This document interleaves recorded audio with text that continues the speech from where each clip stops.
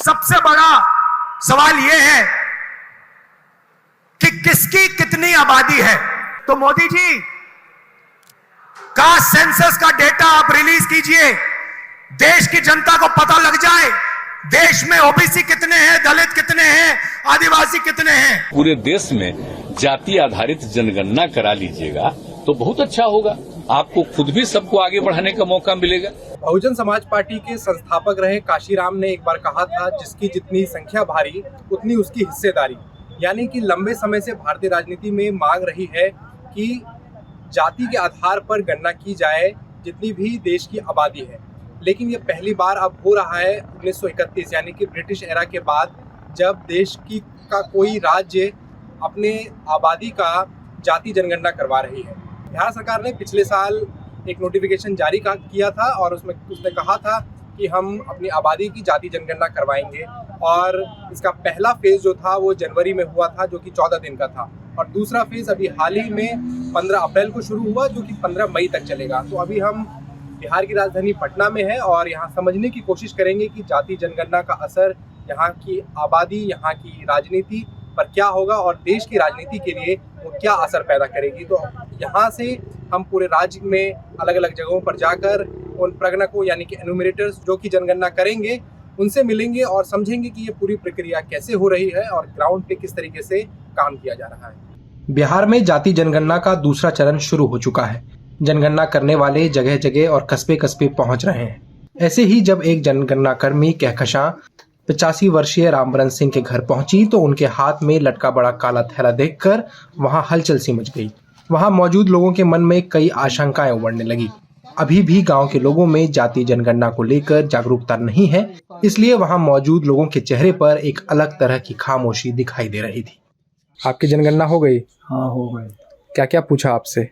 हम लोग से पूछा कि ये जनगणना कराए आए हैं, आधार कार्ड दीजिए या जो आपको सबूत है वो दीजिए। वो मुताबिक हम सबूत दिए, लिख पढ़ के जनगणना किए। और क्या क्या पूछा आपसे इसके अलावा? और तो हम लोग से और दूसरा बात तो नहीं कुछ पूछा है। जाति भी पूछी आपसे? जाति तो नहीं ये पूछा है, लेकिन पूछना फर्ज था उनको, लेकिन पूछे नहीं। अच्छा, समझे? तो जाति तो हम लोग बता दिए जो हम पूछवा है। तो ये जो हर जगह जनगणना हो रही है तो कोई फायदा होगा लगता है आपको? अब क्या फायदा हुआ भविष्य में हम क्या कहें, जो क्या फायदा होगा से। 7 से 21 जनवरी 2023 के पहले चरण के बाद नीतीश कुमार द्वारा शासित बिहार में महत्वाकांक्षी जाति जनगणना का दूसरा चरण 15 अप्रैल से शुरू हो चुका है। इस झुलसा देने वाली गर्मी में गणनाकर्मी दूर दराज के क्षेत्रों और गांवों में घर घर पहुंच रहे हैं ताकि जाति को लेकर उनकी जानकारियां जुटाई जा सके। ये कर्मचारी कोई भी सर्टिफिकेट नहीं मांगते, केवल उन्हीं विवरणों को रिकॉर्ड करते हैं जो लोग उन्हें स्वेच्छा से देते हैं। बिहार में जाति जनगणना का दूसरा फेज स्टार्ट हो चुका है 15 अप्रैल से, जो कि 15 मई तक चलेगा। और इसमें जो शिक्षक हैं जो स्कूलों में पढ़ाते हैं, प्राथमिक विद्यालयों में, माध्यमिक विद्यालयों में, वो यहाँ लोगों के घर घर जाके उनसे उनकी जानकारियाँ मांगेंगी, जिसमें 17 कॉलम की जानकारियाँ हैं और उसको भरना है। और खासकर इसमें शैक्षणिक योग्यता कितनी है, आवास की स्थिति क्या है, कृषि भूमि कितनी है, कितनी लोगों ने यहाँ शिक्षा पाई है, और मुख्य सवाल जो है यहाँ पर लोगों की जाति क्या है, इस सब चीज़ों के बारे में जानकारी ली जाएगी। और ऐसे ही एक शिक्षक हमारे साथ हैं और इन्होंने अभी तक 8-10 घरों में जाति जनगणना कर ली है। इनसे हम जानना चाहेंगे कि अभी तक क्या परेशानियां रही, इनके अनुभव क्या रहे हैं। आपका नाम क्या है मैम? कहकशां। अभी कहाँ पढ़ाती हैं आप? प्राथमिक विद्यालय बहादुरपुर, हरदा। तो आपने कब से शुरू किया जाति जनगणना करना? 15 अप्रैल से। और किस तरीके का अनुभव रहा है जब आप जाती हैं लोगों के घर, तो वो जानकारियाँ आसानी से दे देते हैं या किस तरीके की चीज़ें रहती हैं, ये थोड़ा हमें बताइए। हाँ, हम लोग जैसे कि सुबह सवेरे, अभी तो रमज़ान चल रहा है और गर्मी भी काफ़ी है, जिसकी वजह से घर से बहुत सुबह निकलना पड़ता है। तो लोग जो गांव में सोए मिलते हैं तो उनको उठाते हैं तो पूछते हैं तो क्या करने हैं, तो जाति गणना करने। तो लोगों को पता है यहाँ पर जब आप लोगों के घर जाते हैं कि जाति जनगणना जैसी चीज़ हो रही है बिहार में? कुछ लोगों को पता है, स्टूडेंट लोग जो भी हैं तो उनको पता है। और जो बूढ़ी बुजुर्ग लोग हैं और जो महिलाएं हैं, उनकी तरफ से क्या प्रतिक्रिया आती है? वो तो कुछ अवाक रह जाते हैं, क्या करना है नहीं करना, मैडम क्या पूछेंगी नहीं पूछेंगी। अब कुछ डेटा लेना है तो उनके पास हड़बड़ा जाती है कि यहाँ रखा वहाँ रखा है, इस तरह का भी है। तो अभी तक किस तरीके की दिक्कतें आई हैं? डेटा लोग ठीक तरह से जानकारी दे रहे हैं? हाँ, लगभग। जैसे हम लोगों को 17 सवाल करना है कि आप कहाँ तक पढ़े हैं, या आप घर का आवास की स्थिति क्या है, कितनी भूमि है, काम क्या करते हैं, आपका आर्थिक आय क्या है। तो जैसे घर में तो जेंट्स लोग मिलते नहीं हैं, ज़्यादा महिलाएं ही मिलती हैं, तो उनको फिर समझाना पड़ता है, तो उसके बाद वो बताती हैं। तो जो बताती हैं तो हम लोग लिखते हैं। अच्छा, तो इसमें मतलब कोई क्रॉस क्वेश्चन और दूसरे मतलब सवाल जवाब नहीं करते हैं कि ये जानकारी सही है क्या है? महिलाएं तो अधिकतर पढ़ी लिखी नहीं है, तो उनको समझ में नहीं आता। कुछ लोग पढ़े हैं तो वो क्रॉस क्वेश्चन करते हैं, दिखाइए कि क्या लिख रहे हैं, क्या मेरी आय है, तो कहाँ है, क्या है, कॉलम क्या है, वो भी संतुष्ट होना चाहिए। जैसे इस गणना का जो नाम है जाति जनगणना है, तो जाति का सवाल जब आप पूछते हैं लोगों से तो उस पर लोगों की क्या प्रतिक्रिया होती है? हाँ, थोड़ा सा ठगते हैं, क्या बताएं नहीं बताएं, 50 रुपए का 3 किलो फिर बता देते हैं। तो जब जनगणना से पहले आप लोगों को ट्रेनिंग दी गई, उस ट्रेनिंग में क्या बताया गया? अगर किसी तरीके की चैलेंजेस चुनौतियां आएंगी फील्ड में काम करते वक्त, तो उस चीज़ों से कैसे निपटना है, क्या बताया गया? उनका है कि आपको क्रॉस क्वेश्चन नहीं करना है, आपको वो स्वेच्छा से जो जानकारी दे आपको वही करना है। कितने घरों का आपको काम दिया है? 100। कितने दिन में पूरा आपको लग रहा है कि आप कर पाएंगे? हो जाएगा। तो इस तरीके से पूरे बिहार में जातिगत जनगणना हो रही है, और ये पहली बार हो रहा है, क्योंकि इससे पहले सबसे पहले 1931 में जाति जनगणना हुई थी। उसके बाद से अभी तक देश में जाति जनगणना नहीं हुई है, और कई पार्टियों ने, राजनीतिक पार्टियों ने ये बार बार सवाल उठाया, संसद में भी सवाल उठाया, विधानसभा में भी सवाल उठाया, और अलग अलग राज्यों के जो सरकारें हैं उन्होंने भी सवाल उठाया कि जाति की जनगणना होनी चाहिए, ताकि जितने लोग हर जाति के हैं उनकी संख्या पता चल सके, ताकि नीतिगत तौर पे जब नीतियां बने तो लोगों को सीधे तौर पर फ़ायदा मिल सके। लेकिन दूसरा सवाल यहाँ पर ये भी है कि जो दूसरे खेमे के लोग हैं या दूसरी पार्टियां हैं, वो ये भी आरोप लगा रही हैं कि इससे राजनीतिक मुद्दा भी बढ़ेगा, और 2024 में जो चुनाव होने वाले लोकसभा चुनाव, उसके लिए ये एक मुद्दा बड़ा बन सकता है। ग्राउंड पे जो प्रगणक जाते हैं गणना करने के लिए, उनसे ऊपर सुपरवाइज़र होते हैं, जिनके अंदर 8, 10, 15 जिस हिसाब से जो क्षेत्र होता है उस हिसाब से प्रगणक होते हैं, जिनका काम होता है कि पूरा काम किस तरीके से हो रहा है, उसका कोऑर्डिनेशन का काम। तो हमारे साथ एक सुपरवाइज़र हैं, इनसे हम जानेंगे कि कोऑर्डिनेशन के काम में किस तरीके की दिक्कतें आती हैं, किस तरीके की इनकी अभी तक समस्याएं आई हैं, और किस तरीके के सवाल उभरे हैं। सर, आपका नाम क्या है? मेरा नाम अजय कुमार। आप कहाँ के सुपरवाइजर हैं? कौन सा सुपरवाइजर हैं? वार्ड नंबर 13 और 14 का। तो उसमें कितने प्रगणक हैं? मेरे अंदर 4 प्रगणक हैं। अच्छा, तो जब प्रगणक ग्राउंड पे गए तो उन लोगों ने आपसे कुछ शिकायतें की, इस तरीके की दिक्कतें आ रही हैं, या उनका सामान्य तौर पर सब कुछ ठीक चल रहा है? जी नहीं, कुछ शिकायत है, जैसे कि कोई पहले जनगणना कराया था, अभी वह यहाँ छोड़ के पूर्णिया बस गया, तो उसमें क्या करना है, कहीं बच्चे का जन्म हो गया, कहीं बधू आ गई, उसको फिर कैसे एडजस्ट करना है, यह सब समस्या उसके पास आता है, वो हमसे पूछते हैं, हम उसका समाधान करते हैं। किस तरीके से समाधान करते हैं? क्या उपाय है इसका अगर ऐसी स्थिति होती है? जैसे कोई नई बधू आ गई तो उसके मोबाइल ऐप में ऐसा सिस्टम नहीं है कि वो वहाँ अपने मोबाइल से करे, वो हम वहाँ से करके वो मेरे मोबाइल में भेजेगा। हमको यहाँ जोड़ने का सिस्टम दिया हुआ है, हम अपने मोबाइल से उसको जोड़ के भेजेंगे। तो इस क्षेत्र में जो एप्लीकेशन है, ऐप है, वो ठीक काम कर रहा है? हाँ, कुछ लेट से कर रहा है। जैसे आज वो कर दिया तो 2 दिन 3 दिन तक लग जाता है उसको पहुँचने में। जब वो आता है मेरे मोबाइल पे ऐप में, तब उसको हम सुधार करके भेजते हैं। तो जो 1 महीने का समय दिया गया है, तो उसमें जितने प्रगणक हैं वो सारा कुछ डेटा कलेक्ट करके आपको सौंप देंगे, फिर आप कहाँ देंगे इस डेटा? हम प्रखंड कार्यालय BDO साहब को, BDO साहब के मोबाइल पे हम देंगे। अच्छा, तो अभी तक और क्या समस्या आई है ग्राउंड पे? और ग्राउंड पे ऐसा कोई समस्या नहीं है। और कब तक आपको लगता है कि आपके अंदर जो 4 लोग हैं वो कब तक इस काम को पूरा कर लेंगे? जैसे सरकार का निर्देश है कि 1 महीना 15 से 15 तक करना है, तो उसके अंदर हो जाएगा। मौसम का भी यहाँ पर बहुत बड़ी मौसम की चुनौती है। ये काफ़ी गर्मी पड़ रही है, तो इससे काम प्रभावित हुआ है। थोड़ा सा दिक्कत तो होता है, लेकिन सुबह मॉर्निंग में आके काम करवा लेते हैं, 10 बजे 11 बजे तक होता है, फिर शाम में 4 बजे के बाद करवाते हैं सुविधा के अनुसार। 2024 का लोकसभा चुनाव जो कि अब 1 साल ही रह गया है जिसे, उसके मद्देनज़र सारी विपक्षी पार्टियां एकजुट होने की कोशिश कर रही है और उसमें सबसे बड़े मुद्दे के तौर पर जाति जनगणना का मुद्दा उठ रहा है। अभी हाल ही में कांग्रेस के पूर्व अध्यक्ष रहे राहुल गांधी ने अपने कर्नाटक की एक रैली में कहा था कि जाति जनगणना पूरे देश में होना चाहिए और केंद्र सरकार को इसे कराना चाहिए। अब बता दें कि केंद्र सरकार ने कुछ समय पहले कहा था कि वो जाति जनगणना नहीं करा सकती है और उन्होंने सुप्रीम कोर्ट में एक एफिडेविट जारी कर ये बात कही थी। हालांकि 2018 में उस समय के तत्कालीन गृह मंत्री राजनाथ सिंह ने कहा था कि उनकी सरकार यानी कि मोदी सरकार जाति जनगणना करवाएगी, लेकिन 2021 के समय केंद्र सरकार ने कहा कि जाति जनगणना वो नहीं करा सकती। अब जबकि सारी पार्टियां एकजुट हो रही है और जाति जनगणना एक बहुत ही बड़ा मुद्दा बन रहा है, आने वाले समय में ये एक मुद्दा हो सकता है जिसके इर्द गिर्द सारी पार्टियां एकजुट हो। लेकिन अब ये देखना दिलचस्प होगा कि बिहार से होने वाली जाति जनगणना की जब रिपोर्ट आएगी मई के आखिरी में या जून में, तब इसका असर क्या होगा, इसके डेटा क्या कहते हैं और डेटा के राजनीतिक असर इम्प्लीकेशंस क्या होंगे, सोशल इम्प्लीकेशंस क्या होंगे, जिसके आधार पर इसका असर दूसरे राज्यों में देखने को मिलेगा। बिहार में हो रही इस जाति जनगणना पर दूसरे राज्यों ने भी पैनी नजर बनाए रखी है।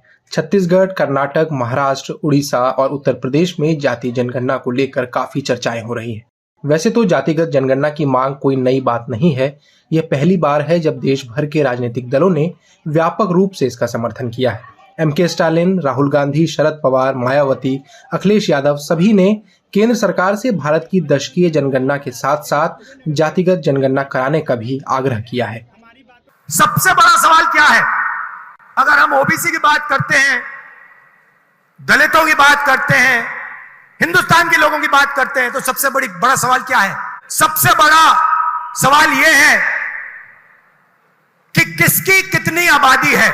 हम जानते हैं कि हिंदुस्तान की सरकार में सेक्रेटरीज अगर आप देखें तो दलित, आदिवासी और ओबीसी वर्ग से सिर्फ 7% आते हैं। मतलब हिंदुस्तान की सरकार की रीढ़ की हड्डी जो है secretaries of government of India, उसमें से सिर्फ 7% दलित, आदिवासी और ओबीसी वर्ग से आते हैं। तो सबसे बड़ा सवाल है हिंदुस्तान में ओबीसी कितने हैं, आदिवासी कितने हैं, दलित कितने हैं। तो अगर हम धन बांटने की बात करें, अगर हम सत्ता बांटने की बात करें, तो पहला कदम ये होना चाहिए कि भैया किसकी कितनी आबादी है। यूपीए ने, कांग्रेस पार्टी ने 2011 में कास्ट बेस्ड सेंसस किया। पूरे देश की जातियों का डेटा उस सेंसस में है। मोदी जी, आप ओबीसी की बात करते हैं, उस डेटा को आप पब्लिक कर दीजिए, पता लग जाए देश में कितने ओबीसी हैं, कितने दलित हैं, कितने आदिवासी हैं। अगर सबको भागीदार बनाना है, सबको इस देश की प्रगति में शामिल करना है, तो यह तो मालूम होना चाहिए कि कौन कितने हैं। तो मोदी जी, कास्ट सेंसस का डेटा आप रिलीज कीजिए, देश की जनता को पता लग जाए देश में ओबीसी कितने हैं, दलित कितने हैं, आदिवासी कितने हैं। और अगर आप ये काम नहीं करेंगे तो ये ओबीसी पर अपमान है। आपने ओबीसी की बात की, देश को दिखा दीजिए देश में कितने ओबीसी हैं। सबसे पहले जातिगत जनगणना ब्रिटिश शासन में 1931 में हुई थी, जो कि आखिरी जातिगत जनगणना थी। सामाजिक आर्थिक सर्वेक्षण 2011 के निष्कर्षों को इस आधार पर कभी सार्वजनिक नहीं किया गया, क्योंकि इसमें कई खामियां थी और डेटा भी यूजफुल नहीं था। राजनीतिक विश्लेषकों का कहना है कि जनगणना के बाद अगर परिणाम प्रकाशित किए जाते हैं तो समाज में अलग अलग शक्ति के केंद्र उभर कर आएंगे, जो सोसाइटी में प्रेशर ग्रुप की तरह काम करेंगे। नीतीश कुमार बार बार दोहरा रहे हैं कि केंद्र सरकार राष्ट्रीय स्तर पर जाति जनगणना कराए, लेकिन मोदी सरकार जाति जनगणना कराने से इनकार कर चुकी है। जाति आधारित जनगणना की मांग तो हम लोग की ही थे ना। आज जो पहले से हो रहा था तो बराबर न कहते हैं कि 2011 में मेन जनगणना के बाद फिर उसका एक काम किया गया, लेकिन वो तो जारी उसको तो नहीं किया गया, चालू नहीं किया गया, इन्फॉर्म नहीं किया गया, जारी नहीं किया गया। उसके बाद अब ये पता चला कि ठीक नहीं हुआ था, तो उसके बाद तो फिर हम लोग कहने न लगे भाई कि इसको ठीक से करिए, और उसके लिए मांग करने गए। अब बताइए, बिहार का तो ऑल पार्टी, आप ही बताइए, कोई एक पार्टी थी, सारी पार्टियां का एक व्यू, और आप बोलिए हम लोगों का 19 में हाउस में यही थे जब उस समय अध्यक्ष स्पीकर थे, या दोनों हाउस में विधानसभा विधान परिषद दोनों जगह से पारित करते थे हम लोग कि होना चाहिए, सर्वसम्मति से होता था, तो हम लोग तो उसके पक्ष में ना है जी। तो उसके बाद जब वहां से हो गया कि ठीक है हम लोग तो नहीं करेंगे, आप लोगों को करना है करिए, तो उसी के आधार पर ऑल पार्टी मीटिंग करके न किए हैं, और वही मीटिंग करके जो तय हुआ है और उसी के आधार पर अभी चल रहा है। और हम जा करके अपना जो था जाति आधारित गणना, तो हम अपना घर पर भी गए ताकि वहीं पर सब चीज को देखें, सब लोगों को कहे भी जो बात हुआ शुरू हो गया, तो उस दिन भी हम गए। आप सोचिए, तो एक एक चीज के लिए सबको कह रहे हैं कि पूरा सबकी आर्थिक स्थिति भी अध्ययन करिए, ताकि हम लोग एक तो इसकी संख्या जानेंगे ही, लेकिन उसके अलावे कोई भी जात है, अपर कास्ट है या बैकवर्ड है या दलित है, मुस्लिम है, हिंदू, कोई भी है, अगर कोई खराब स्थिति में है तो उसके उत्थान के लिए भी तो काम आगे हम लोग करेंगे ना भाई। करने को तो कर ही रहे हैं, आगे भी करेंगे, इसलिए हम लोग करवा रहे हैं ना। और कई राज्यों से ये हमको बताया जाता है कि वो लोग देखना चाहते हैं कि कैसा आप कैसे कर रहे हैं, तो हमने कहा कि आप करिए, और करने के बाद जब पूरे तौर पर करिएगा तब उनको ठीक से बता दीजिए, तो इसीलिए हम कह रहे हैं, तो हो ही रहा। हालांकि नीतीश कुमार के भाई सतीश कुमार ने जब 15 अप्रैल को जनगणना के बाद ये बात कही, क्या क्या पूछा गया आप लोग से? कितने परिवार में हैं और जाति वगैरह, और क्या क्या आर्थिक जाति आर्थिक और जाति तो क्या आपको लगता है कि इसका कोई फायदा होगा जिस तरीके से मुख्यमंत्री नहीं कर सकते। आप लोग को ये सब विश्लेषण करते हैं, हम लोग कोई भी काम तो फायदे के लिए नहीं किया जाता है, जनता के हित में ये सब काम हो रहा है। बख्तियारपुरा कितने दिन बाद नीतीश जी दोबारा आए, अंदर घर में आप लोग सब एक साथ गुजारे, कैसा लगा सर? ऐसी आशंकाएं हैं कि जाति जनगणना के बाद एक बार फिर से मंडल मूवमेंट जैसी स्थिति बन सकती है। बिहार की अगड़ी जातियां दबे स्वर में इसका विरोध कर रही हैं। देश की तमाम विपक्षी पार्टियां पिछले कुछ सालों से ये मांग करती रही है कि पूरे देश में जाति जनगणना होनी चाहिए, लेकिन जब अब केंद्र सरकार ने कह दिया है कि वे 2021 की जो जनगणना होनी थी, जो कि अब कोविड के वजह से लेट हो गई है, उसमें वो जाति की जनगणना नहीं करवाएगी। और तो इस बीच जब नीतीश कुमार ने अपने पुश्तैनी घर बख्तियारपुर से जाति जनगणना की शुरुआत की बिहार में, तो उन्होंने साफ तौर पर कहा कि राष्ट्रीय स्तर पर भी जाति जनगणना होनी चाहिए, और तमाम विपक्षी पार्टियों को उन्होंने कहा कि वे भी अपने अपने राज्यों में अलग अलग ढंग से इसे करवा सकते हैं, और जब बिहार से डेटा जाएगा तो बाकी राज्यों पर भी दबाव बनेगा, बाकी राज्य भी दबाव बनाएंगे। और जब ये ऐसी स्थिति पैदा हो रही है, तब देखना दिलचस्प होगा कि आने वाले समय में क्या सारी पार्टियां, सभी राज्य सरकारें इसकी ओर चलेंगी, यानी कि जाति जनगणना करवाएगी, ताकि केंद्र सरकार पर दबाव बन सके। जब हमने विशेषज्ञों से बात की, जो सामाजिक स्तर पर और सोशोलॉजी के स्तर पर चीज़ें देखते हैं, तो उन्होंने हमें यही बताया कि इस जाति जनगणना से सामाजिक स्तर पर जो पिछड़े वर्ग के लोग हैं उनको एक मुख्य धारा में जोड़ने का काम हो सकता है। जो नीतियां बनती है और जिन नीतियों में वे पीछे छूट गए आज तक आज़ादी के 70 सालों के बाद भी, तो उनको मुख्य धारा में लाने की कोशिश हो सकती है। और जब हर जाति की संख्या पता होगी तो उनके विकास के लिए उनकी पॉलिसी बनाने के वक्त तमाम तरह की चीज़ों को देखा जाएगा, और ताकि एक अच्छी नीति बनकर तैयार हो जाए। द प्रिंट के लिए पटना से कृष्ण मुरारी की रिपोर्ट।